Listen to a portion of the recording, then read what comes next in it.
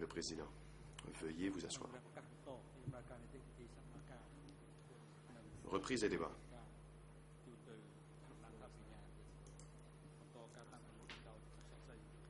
La parole est au procureur pour la suite de son interrogatoire du témoin. Merci beaucoup, Monsieur le Président. Monsieur le témoin, juste une petite précision sur ce que vous aviez dit juste avant l'interruption, pour éviter toute confusion. Lorsque vous avez dit que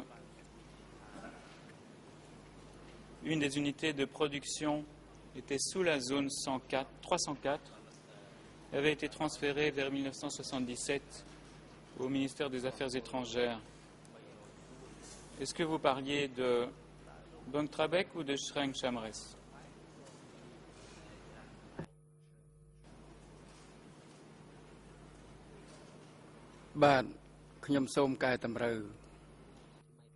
Réponse. J'aimerais apporter une correction.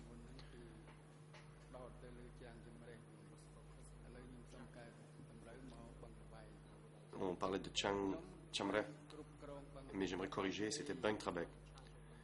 Ce n'avait pas la responsabilité de Bangtrabek. Pang n'était pas là.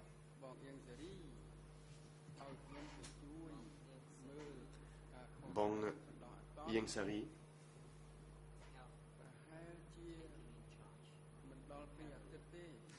a demandé la prise en charge temporaire, mais ça n'a pas duré plus de 2 semaines.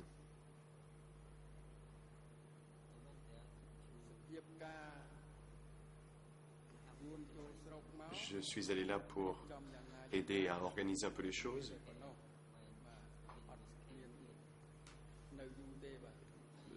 Afin de préparer avant l'arrivée des Vietnamiens, je ne suis pas resté là bien longtemps.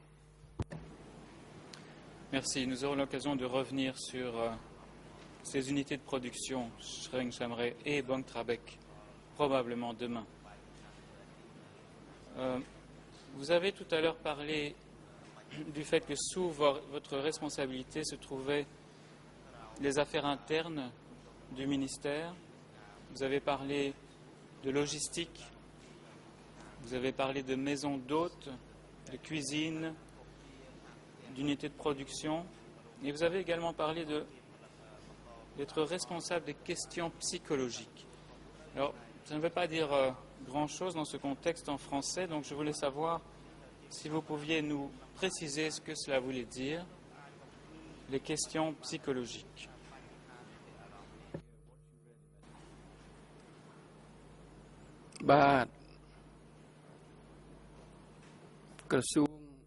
Réponse. La section dont j'avais la responsabilité n'avait pas d'usine. Premier point, il n'y avait pas d'usine. Pour ce qui est des questions d'ordre psychologique,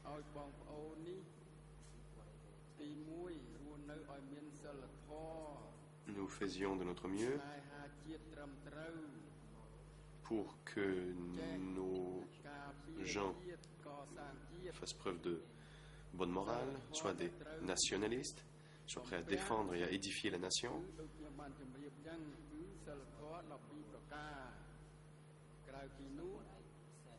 Et comme je l'ai dit plus tôt, je fais ici référence donc aux 12 principes moraux. Nous avons aussi étudié un certain nombre de documents pour la construction d'esprits propres. Donc, est-ce que je peux résumer cela en parlant d'endoctrinement politique des membres du bureau du ministère des Affaires étrangères? Est-ce que vous étiez responsable de cela?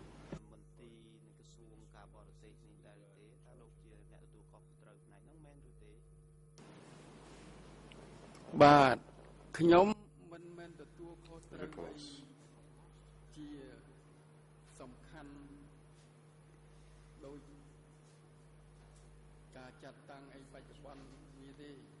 Je n'étais pas responsable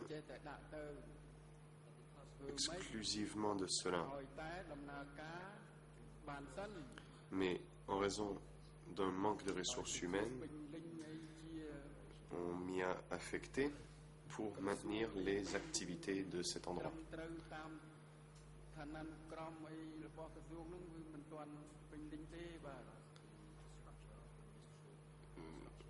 Donc,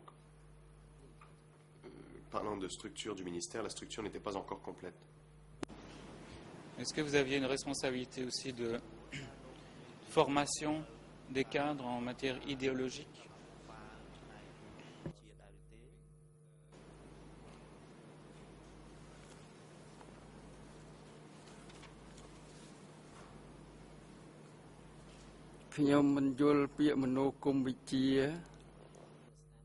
Réponse. Je ne comprends pas ce terme, idéologie.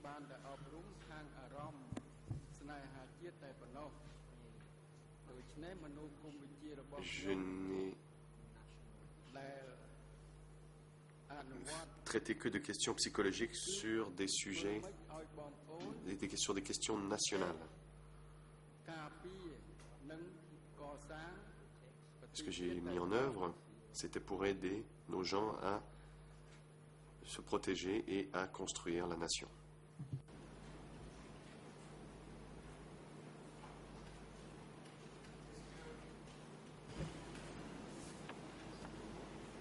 Est-ce que vous aviez des responsabilités également vis-à-vis des intellectuels? Pouvez-vous nous parler de ça?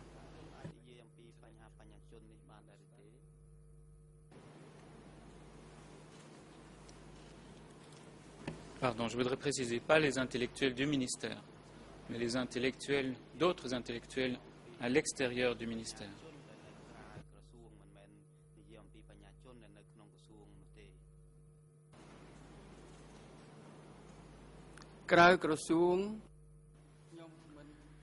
Réponse. Je n'étais pas responsable d'intellectuels à l'extérieur du ministère.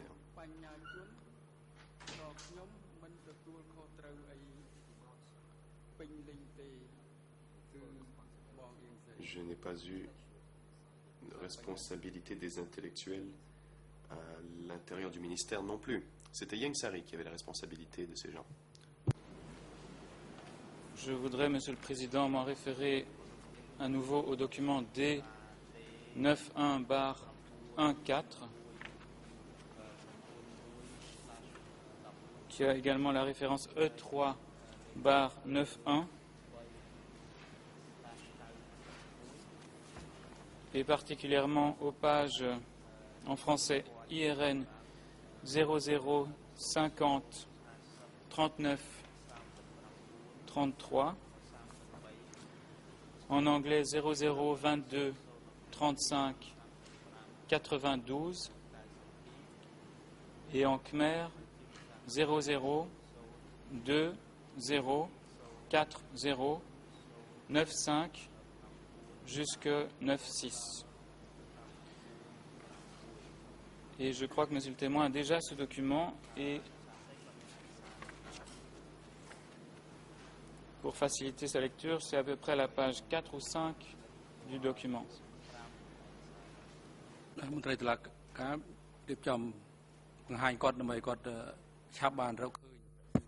Le président. Huissier, veuillez aider le témoin à retrouver le passage en question.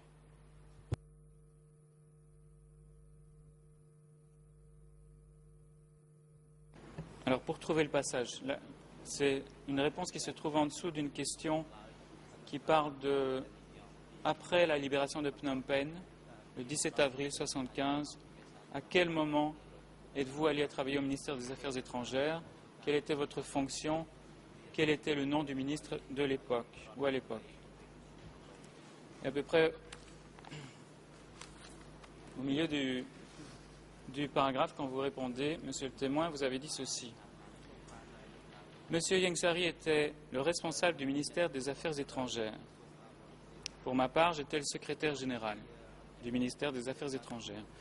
J'étais responsable de l'encadrement des cadres et du personnel du ministère À cette époque précise, je devais m'occuper de 1000 enfants qui étaient les enfants de cadres révolutionnaires, qui ont été envoyés là pour recevoir une formation technique, tous ensemble.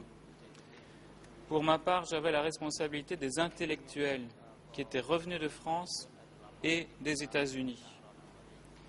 J'avais également la responsabilité des autres intellectuels qui se trouvaient à l'intérieur du pays.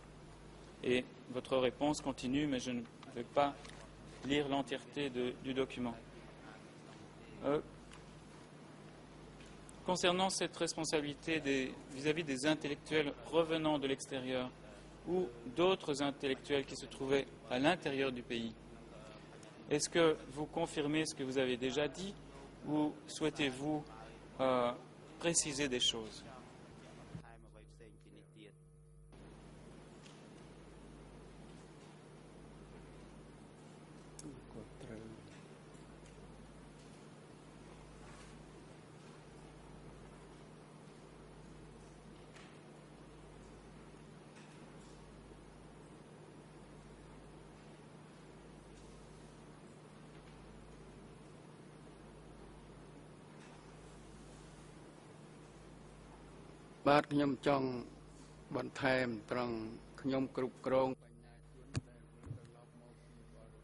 Réponse. J'aimerais ajouter à ce passage, j'ai supervisé des intellectuels revenus de France et d'autres pays. Donc à propos de cela, j'aimerais dire que le travail était limité simplement à ce qui se faisait au ministère. Et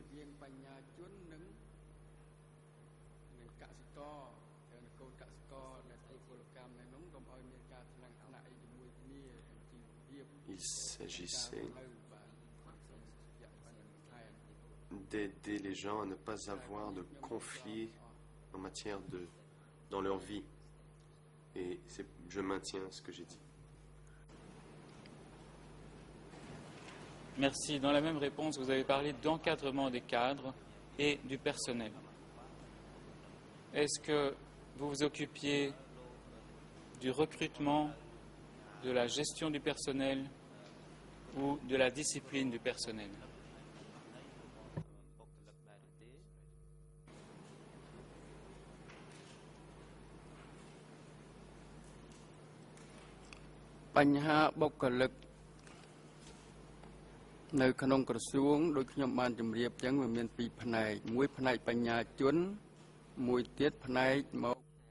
Réponse. Concernant le personnel du ministère, comme je vous l'ai dit, il y avait deux sections. La première s'occupait des intellectuels et la seconde du personnel des paysans. C'est Yang Sari qui avait la responsabilité suprême. Moi, je n'étais qu'un coordonnateur. Et je faisais la coordination entre les paysans et les intellectuels pour éviter qu'il y ait des conflits entre eux. Qui était en charge au ministère de l'organisation des visites des délégations étrangères? Et est-ce que cela tombait plutôt dans votre section ou plutôt dans celle des intellectuels?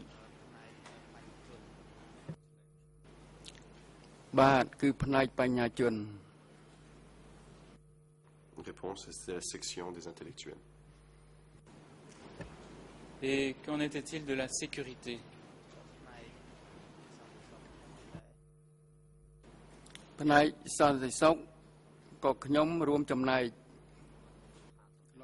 Réponse. Je faisais aussi partie de la sécurité. Quelle était la fonction principale de votre adjoint, M. Chim, que vous avez mentionné tout à l'heure?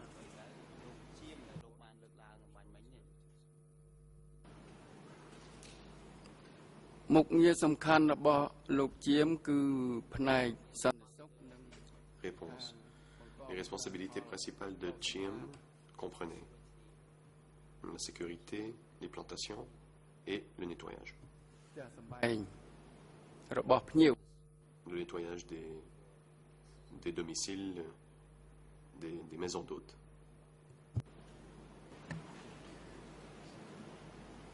Vous avez mentionné tout à l'heure que vous n'aviez qu'un rôle de coordonnateur et que Ieng Sary était en réalité le grand patron. Est-ce que cela veut dire donc qu'il avait la responsabilité générale de tout ce qui se faisait au sein du ministère des Affaires étrangères?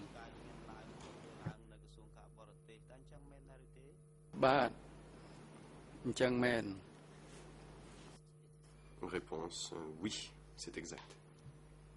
Donc, dans l'exercice de vos fonctions, lorsque vous posiez des actes en tant que secrétaire général du ministère, c'était toujours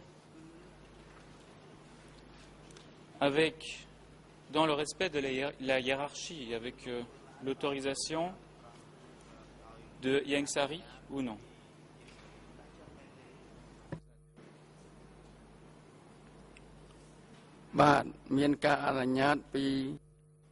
Réponse, oui.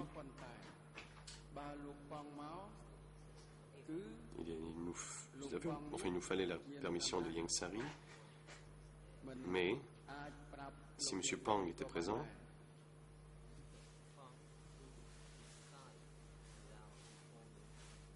il pouvait décider sans en informer Ieng Sary. Quelle était la fonction de M. Pang?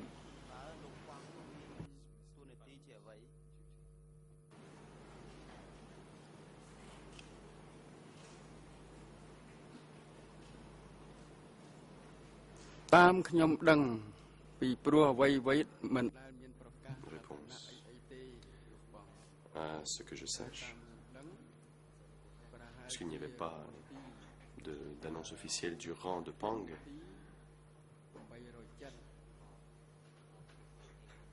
il était sans doute le chef du bureau 870.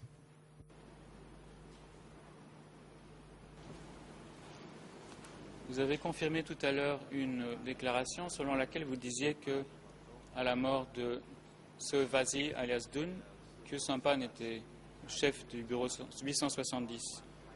Alors, comment expliquez-vous que maintenant vous dites que Pang était aussi chef du bureau 870? Est-ce qu'il y a une différence de fonction entre les deux?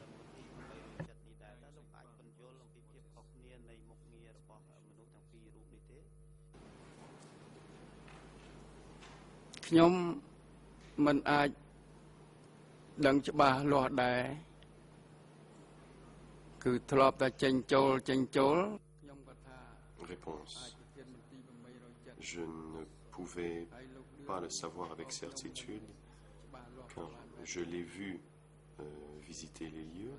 J'ai donc présumé qu'il était le chef du bureau 870. Je n'étais pas certain avec Dun, car il n'y avait pas eu d'annonce publique quant à la nomination de ces deux personnes et le détail de leurs responsabilités. Toujours dans l'exercice de vos fonctions au sein du ministère,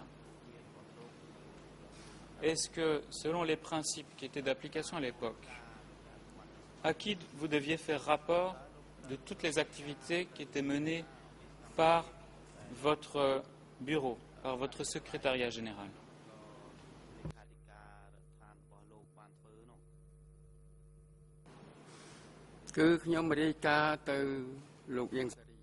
Réponse, je dépendais de Ieng Sary. Est-ce qu'en matière de sécurité, vous faisiez également rapport à Ieng Sary ou faisiez-vous rapport à Pang?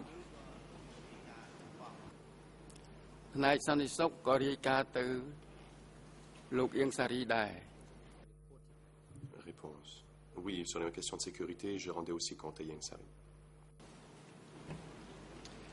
Est-ce que vous savez si Pang rencontrait Ieng Sary au ministère?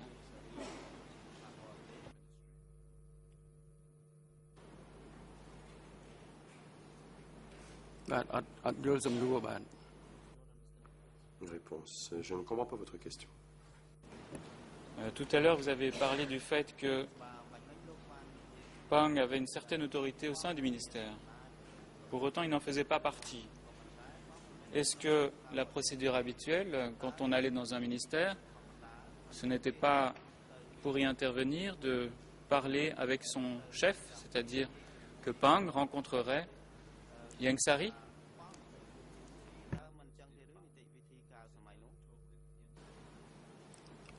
បាទនីតិវិធីកាលសម័យនោះប៉ង់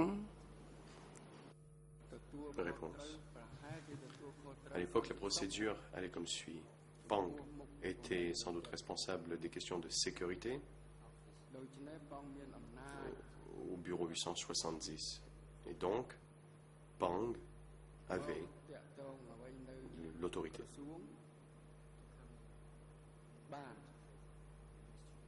Pour venir et communiquer avec le ministère des Affaires étrangères. C'est de cela dont je parle. Et ma question était de savoir si Pang avait établi des relations de travail avec Ieng Sary lorsqu'il venait au ministère. Évidemment, lorsque Ieng Sary était présent, pas en voyage.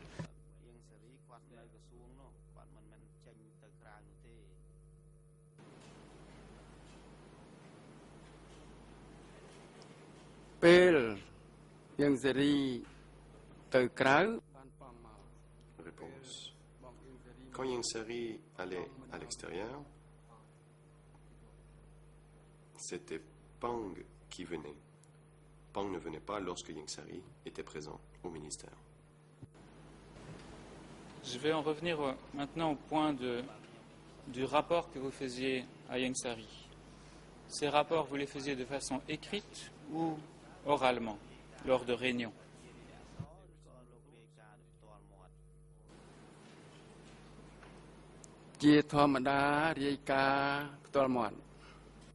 Réponse.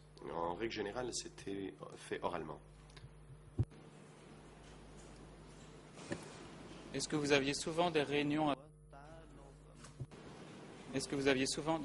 avec M. Ieng Sary durant toute cette période où vous étiez secrétaire général du ministère des Affaires étrangères?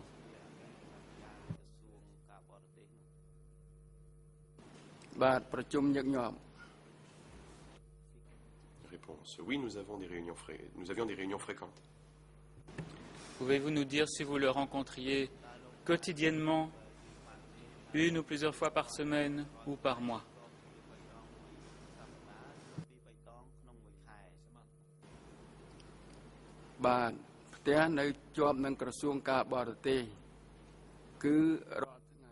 Réponse. J'étais proche des affaires étrangères et c'était donc sur une base quotidienne.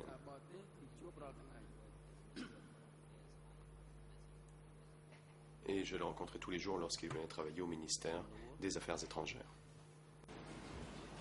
Et est-ce que c'était toujours des réunions à deux ou bien participiez-vous à des réunions du comité du ministère? Et si oui, à quelle fréquence ces réunions du comité avaient-elles lieu?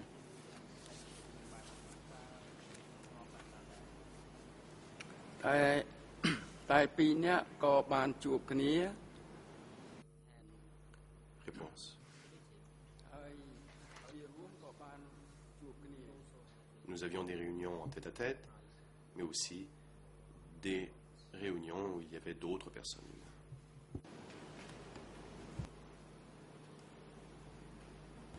Lors de réunions avec d'autres personnes, par exemple avec des chefs de bureau, on m'a dit qu'il fallait que j'utilise le mot munti en khmer. Avec les chefs de bureau, qui faisait rapport lors de ces réunions?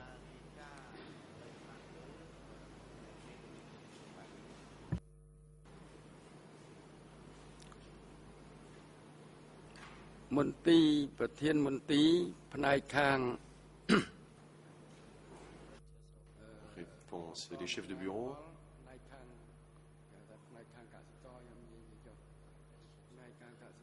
des plantations,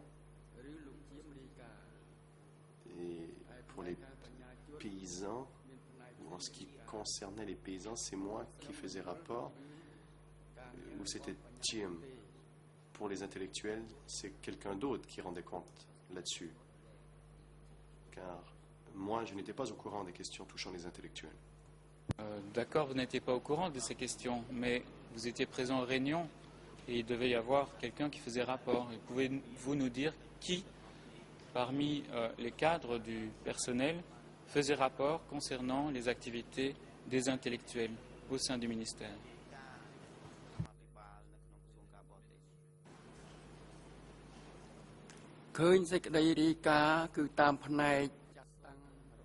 Réponse.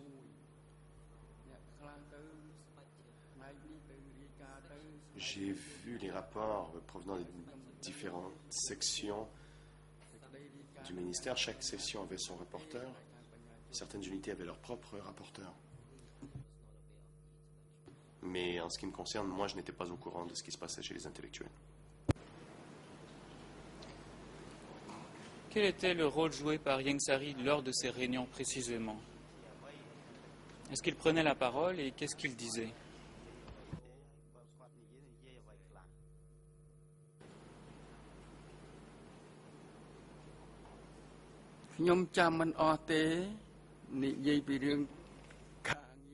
Réponse. Moi, je ne peux pas me souvenir de tout et des détails précis. Mais il parlait des détails techniques de notre travail. Est-ce qu'il lui est arrivé de donner des instructions, des conseils ou de fixer des objectifs pour le ministère lors de ces réunions?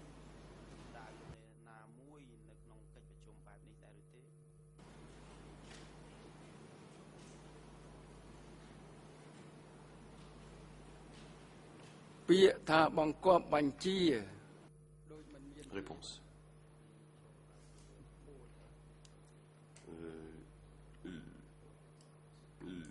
Vous parlez d'ordre, je ne crois pas qu'il ait donné d'ordre à qui que ce soit. Est-ce qu'il utilisait ces réunions aussi pour vous informer de la position du parti ou de la position du comité permanent sur un certain nombre de points? Est-ce qu'il vous informait de ce que le parti avait pris comme décision dans certains domaines?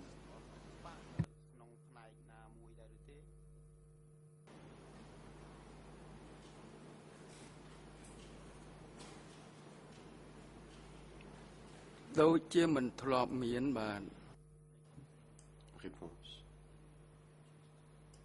Non, je ne pense pas qu'il faisait cela. Est-ce que Ieng Sary présidait des réunions d'introspection au sein du ministère?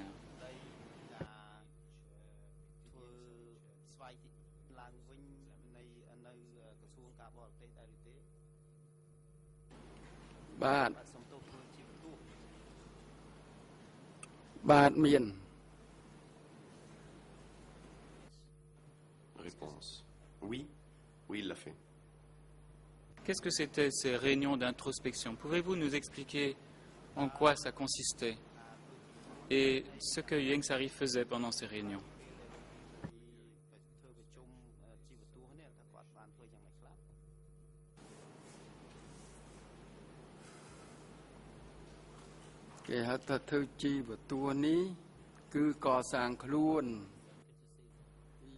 Réponse. L'autocritique servait à l'édification personnelle, à la construction personnelle. Il fallait s'analyser pour voir si l'on avait commis des erreurs et d'y réfléchir. Deuxième point, et c'est le groupe qui prenait la décision. Et troisième point, c'est Ieng Sary qui tirait la conclusion.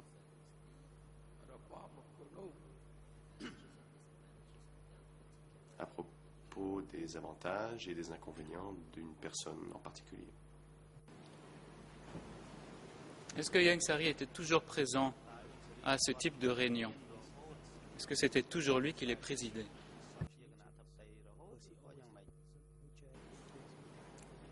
ប្រជុំធំធំបានមាន Il était présent seulement aux principales réunions.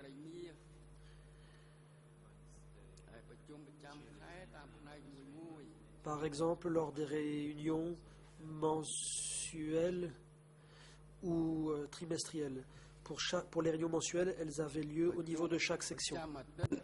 ក្រុមមួយ Il y avait aussi des réunions hebdomadaires. Elles étaient organisées pour chaque groupe.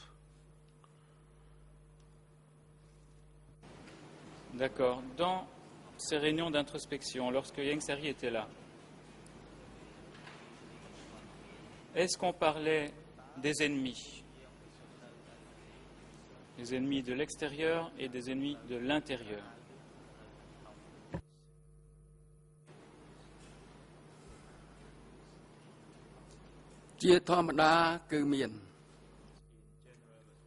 En général, oui.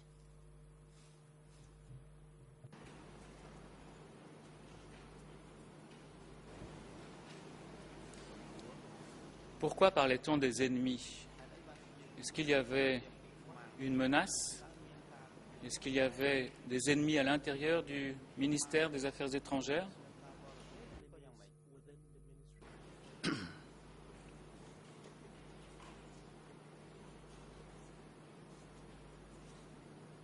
Il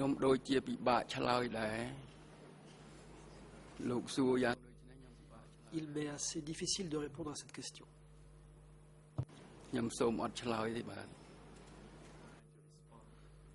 Je n'y répondrai pas.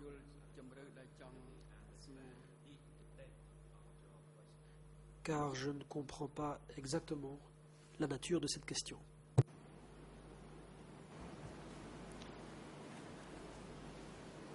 Je vais répéter ma question.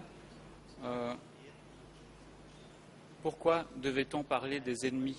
Parce que vous dites on parlait des ennemis lors des réunions d'introspection. Pourquoi était-il important de parler des ennemis au sein du ministère? Est-ce que c'était parce qu'il pouvait y en avoir qui se cachaient au ministère des Affaires étrangères?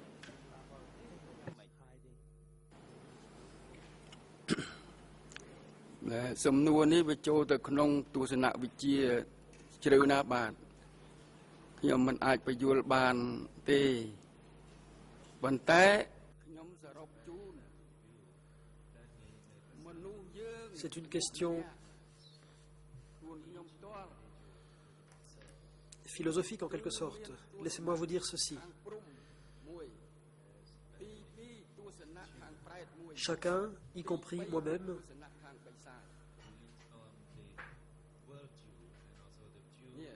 a sa propre vision du monde et sa vision concernant l'enfer, un autre monde, l'aspect sombre de la réalité. Ça, c'est ma philosophie.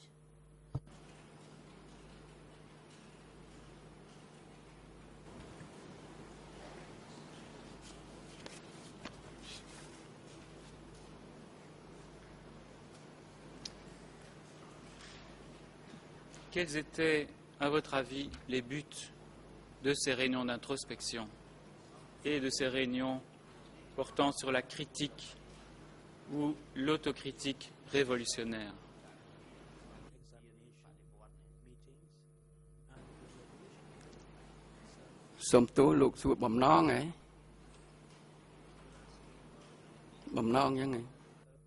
Vous parlez des buts, des objectifs? Oui, pourquoi était-il important pour le parti que ces réunions soient organisées pour ses membres?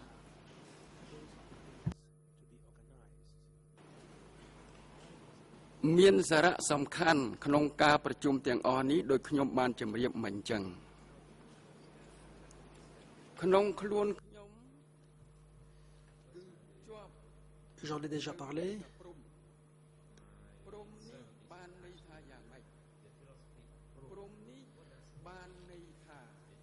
Je suis attaché à la philosophie du Prum. Qu'est-ce que cela veut dire? Quand quelqu'un construit une maison, il y annexe également un prum. Autrement dit, chacun s'appuie sur le principe du prum.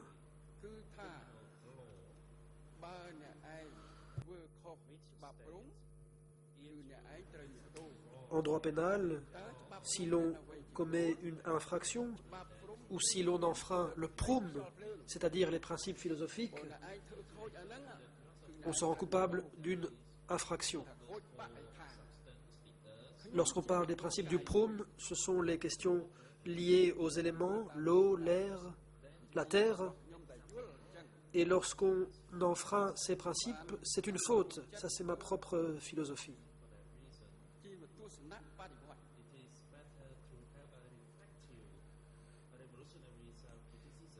D'où l'importance de l'exercice d'autocritique révolutionnaire.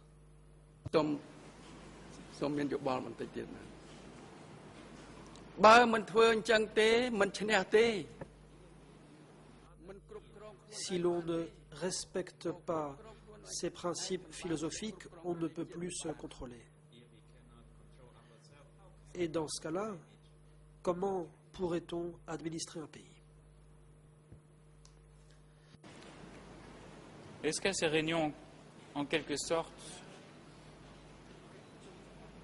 on pouvait critiquer les autres par rapport aux 12 principes moraux dont vous aviez parlé? Et est-ce que l'on devait également mettre en avant les faiblesses qu'on avait ou les fautes qu'on avait commises?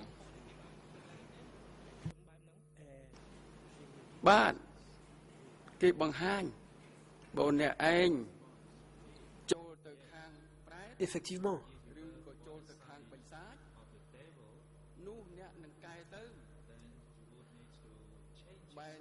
si quelqu'un se mettait du côté du diable, il devait changer.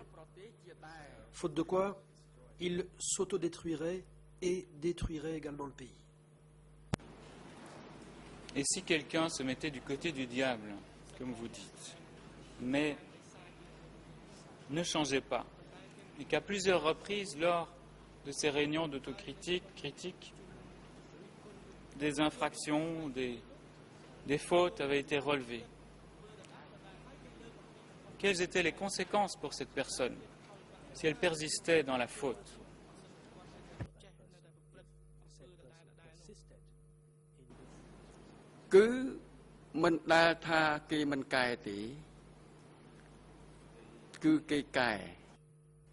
Il fallait changer. Ces gens devaient changer progressivement.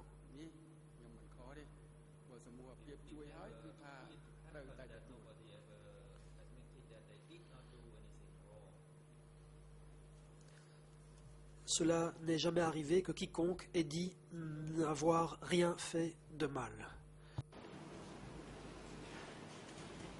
Est-ce qu'il y a des gens qui n'arrivaient tout simplement pas à comprendre et à changer? Est-ce que vous auriez des exemples de gens qui n'arrivaient pas à respecter la discipline et qui ont dû peut-être être écartés ou punis au sein du ministère des Affaires étrangères? Il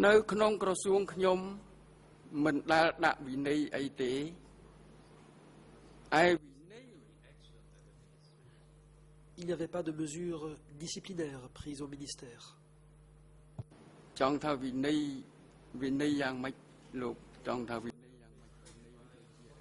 Pourriez-vous toutefois préciser ce à quoi vous faites allusion? Est-ce que vous parlez de discipline? Est-ce que vous parlez de sanctions? Est-ce que vous insinuez que quelqu'un aurait pu être emmené pour être exécuté? Pourriez-vous être plus clair? Oui, je parle effectivement de sanctions disciplinaires. Est-ce qu'elles existaient? Et deuxièmement, si une personne justement persistait dans ses erreurs, est-ce qu'elle pouvait perdre son poste, être affectée ailleurs ou être arrêtée?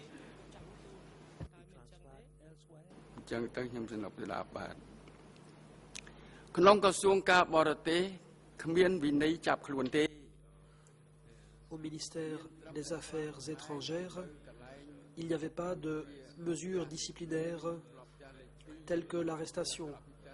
Il y avait un transfert qui était possible si quelqu'un avait commis une infraction dans la maison numéro 1, par exemple, la personne était transférée à la maison numéro 2. Pareil pour un transfert de la maison 2 à la maison 3. C'est ainsi que ça fonctionnait. Merci. Lorsque Ieng Sary était en voyage, puisqu'il était ministre des Affaires étrangères, il voyageait, qui dirigeait les réunions concernant les affaires étrangères au ministère dans ce cas-là?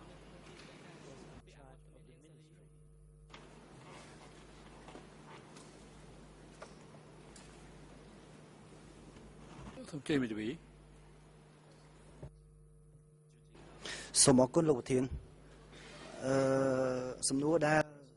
président, la parole est à l'avocat du témoin. La question posée par le coprocureur international a, dans le passé, été posée à Ieng Sary. Or, maintenant, elle est adressée à mon client. Il y a donc un risque d'auto-incrimination pour mon client. Le président, maître, veuillez d'abord consulter votre client et lui demander s'il souhaite ou non répondre à la question qui lui est posée.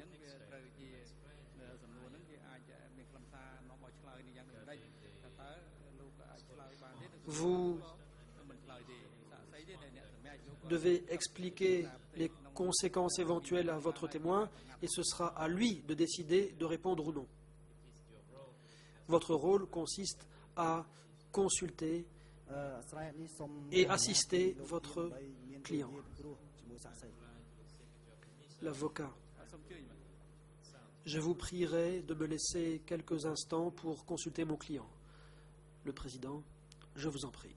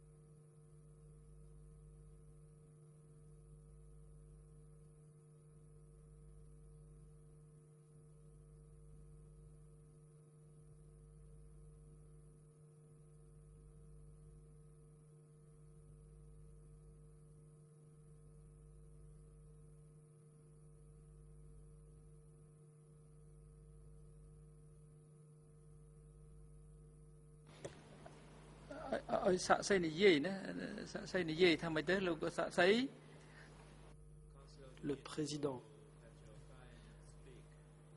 Maître, laissez votre client parler.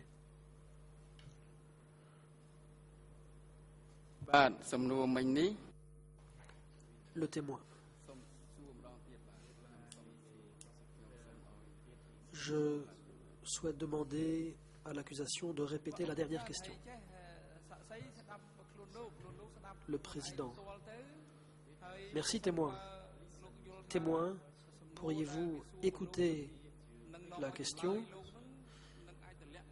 Si vous pensez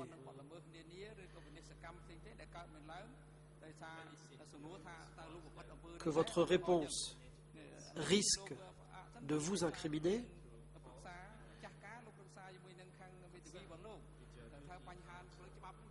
vous pouvez consulter votre conseil afin d'examiner avec lui les incidences légales de votre réponse. Le cas échéant, vous pouvez décider de ne pas répondre à la question afin d'éviter de vous incriminer. Ce n'est pas à votre avocat de dire que telle ou telle question ne peut pas être posée.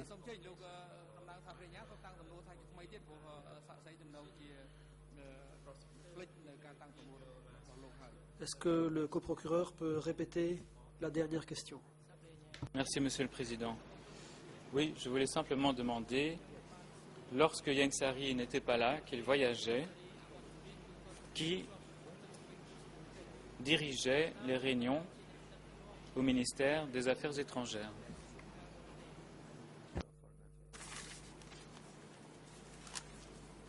កិច្ចប្រជុំនៅក្រសួងការបរទេសតាមផ្នែក Au ministère, il y avait des réunions différentes pour les différentes sections.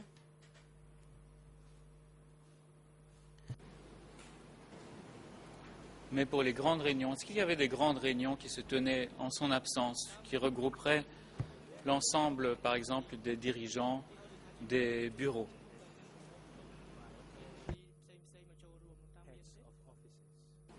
Non,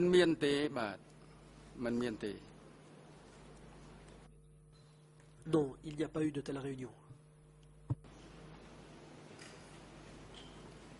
Pourquoi n'y avait-il pas de ce type de réunion? Est-ce qu'il fallait toujours attendre que Ieng Sary rentre pour organiser ce type de grande réunion?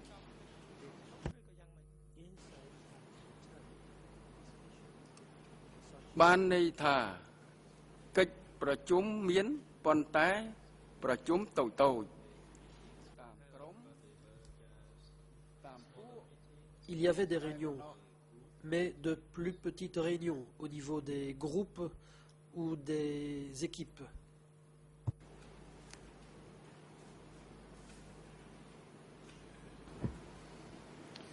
Au cas où un grand problème, une grande question se posait, est-ce que le ministère des Affaires étrangères recevait de l'aide de cadres du comité central lorsque Ieng Sary n'était pas là?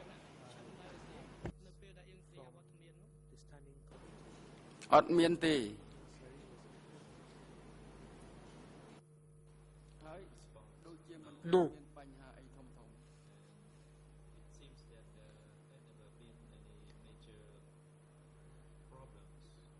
Apparemment, il n'y a jamais eu aucun problème majeur.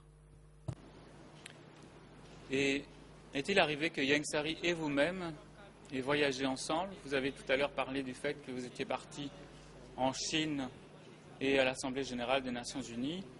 Qui, dans ce cas-là, dirigeait le ministère en votre absence, à tous les deux?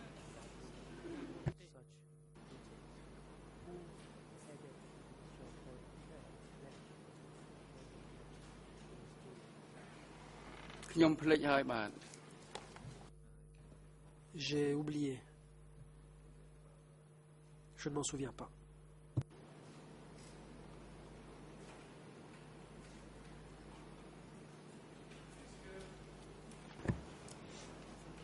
Est-ce que, monsieur le témoin,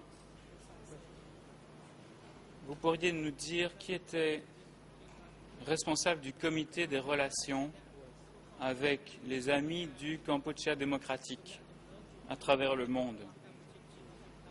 Qui était responsable de ce comité au sein du ministère des Affaires étrangères?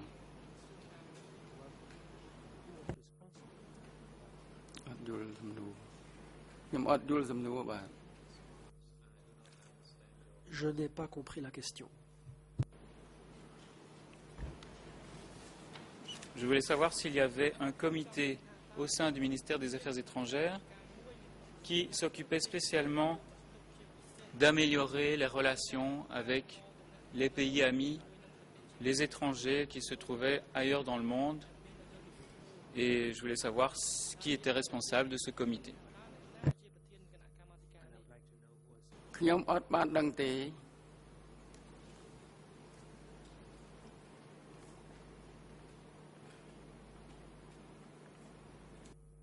Je n'en sais rien.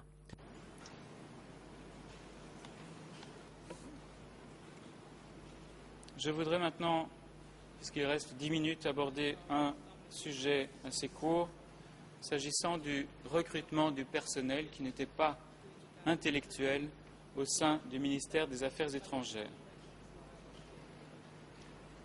Pourriez-vous nous dire d'abord quelle était à peu près la proportion de membres du personnel des Affaires étrangères qui provenaient des classes ouvrières ou paysannes par rapport aux intellectuels?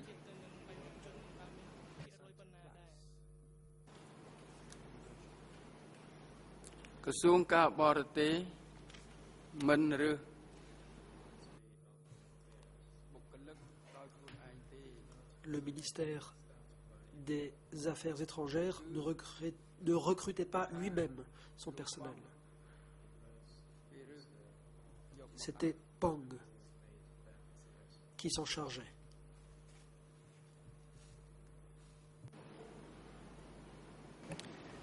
Est-ce qu'il y avait plus de membres du personnel des affaires étrangères qui venaient des classes paysannes et ouvrières ou plus de personnes qui étaient intellectuelles et qui travaillaient au ministère? Quel était le groupe le plus important au sein du ministère?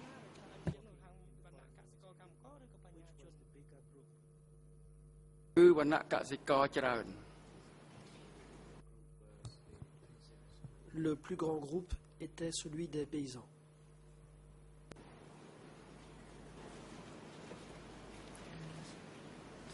Est-ce que l'on peut considérer que ces paysans qui étaient recrutés, vous nous dites, par Pang, venaient d'une classe qui était pure?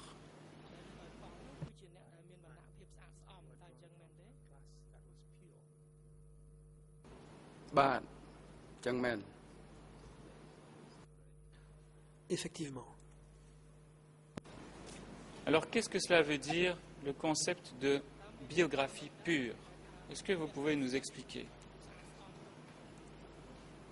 Avoir un passé qui est pur ou venir d'une classe qui est pure, qu'est-ce que cela veut dire sous le régime, évidemment, du Kampuchea démocratique?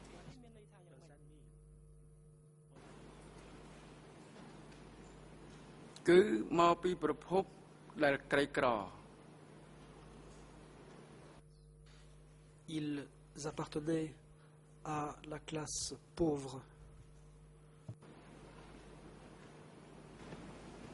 Est-ce qu'il y avait des personnes dont la classe ou la biographie n'était pas nette au sein du ministère des Affaires étrangères?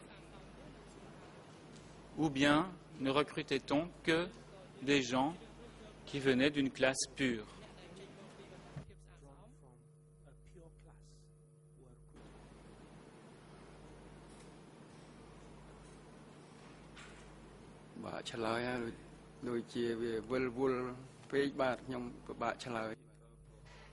Il m'est difficile de répondre à cette question.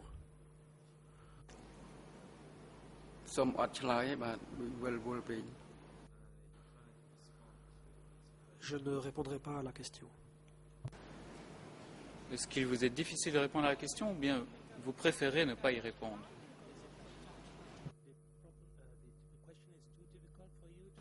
Il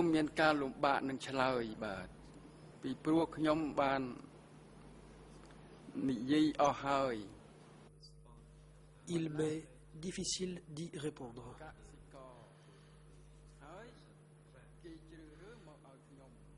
Je l'ai déjà dit,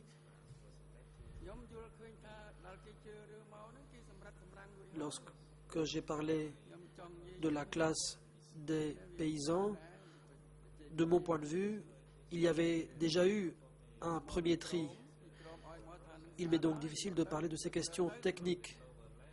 Ces gens étaient recrutés au niveau inférieur. Si ces gens m'étaient envoyés, alors je les acceptais. Si vous parlez des mécanismes techniques, il m'est difficile de répondre. Je voudrais tout de même vous faire référence, Monsieur le Président, à deux réponses que le témoin avait données en 2010 dans le document E3-446 D369-36. Il s'agit des réponses 21 et 70. Avec votre autorisation, si je peux demander que cela soit projeté à l'écran et que Monsieur le témoin puisse lire ce qu'il avait dit à l'époque devant les enquêteurs.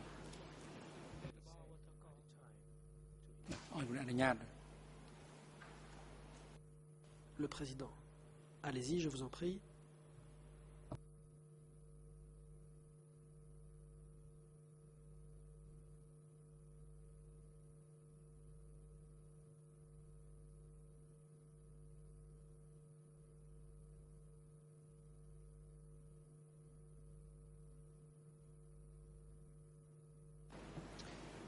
Voilà, alors.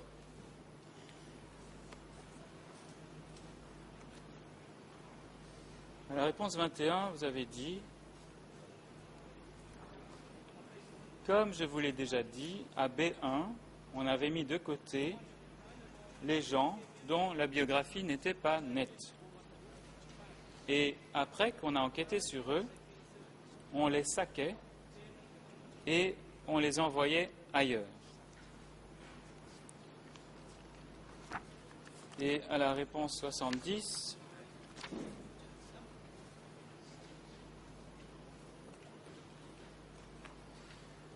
je vais reprendre la question pour que ce soit clair. La question était, il y a un document qui stipule que il y a des ennemis au sein du bureau. Si ces ennemis en question étaient récalcitrants, le ministère les enverrait alors au centre de sécurité pour qu'ils soient maîtrisés. Et les enquêteurs avaient demandé, que pensez-vous de cette affirmation? Et vous avez répondu, non, ça n'a pas existé ça. Dans le ministère, on recrutait des gens qui avaient une biographie pure et nette. Alors les deux réponses me semblent légèrement contradictoires. Je vais vous demander de nous éclairer, de savoir d'abord ce que vous maintenez comme déclaration. Est-ce que ce que vous avez dit à la réponse 21 tient toujours, c'est-à-dire qu'à B1, on avait mis de côté les gens dont la biographie n'était pas nette, et après avoir enquêté sur eux, on les saquait et on les envoyait ailleurs. Et je crois que vous avez ajouté, c'était Pang qui amenait les gens en question. Est-ce que vous maintenez cette déclaration? Est-ce que vous avez des commentaires par rapport à cela?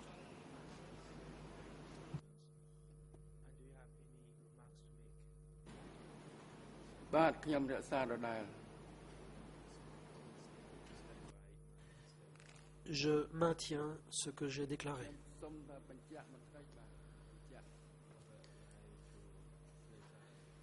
Mais laissez-moi clarifier une chose.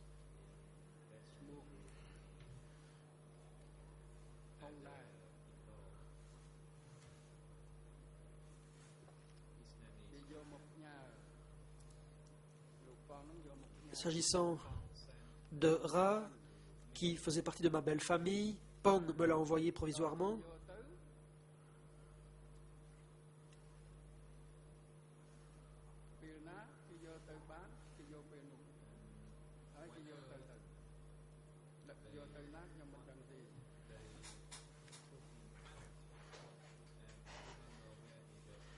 Et quand on avait besoin de lui, on venait le chercher et je ne sais pas où on l'envoyait. Le Président, le moment est venu de lever l'audience. Je remercie le coprocureur et le témoin.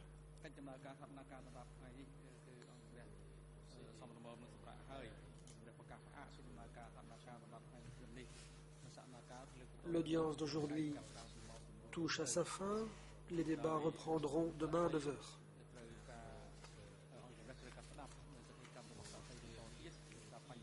Monsieur le témoin, votre déposition porte sur un grand nombre d'événements, Beaucoup de questions doivent encore vous être posées. C'est pourquoi nous vous citons à comparaître à nouveau demain. Vous serez examiné par d'autres parties également. Bien sûr, on vous posera des questions différentes de celles d'aujourd'hui. L'avocat du témoin est également prié d'être présent demain à 9 h pour assister son client. Huissier d'audience, veuillez prendre les dispositions nécessaires avec l'unité d'appui aux témoins et experts. Concernant les déplacements du témoin, veuillez prendre les dispositions nécessaires pour qu'il soit présent dans le prétoire demain pour 9 h. Agent de sécurité, veuillez reconduire les 3 accusés au centre de détention et les ramener dans le prétoire demain matin pour 9 h. L'audience est levée.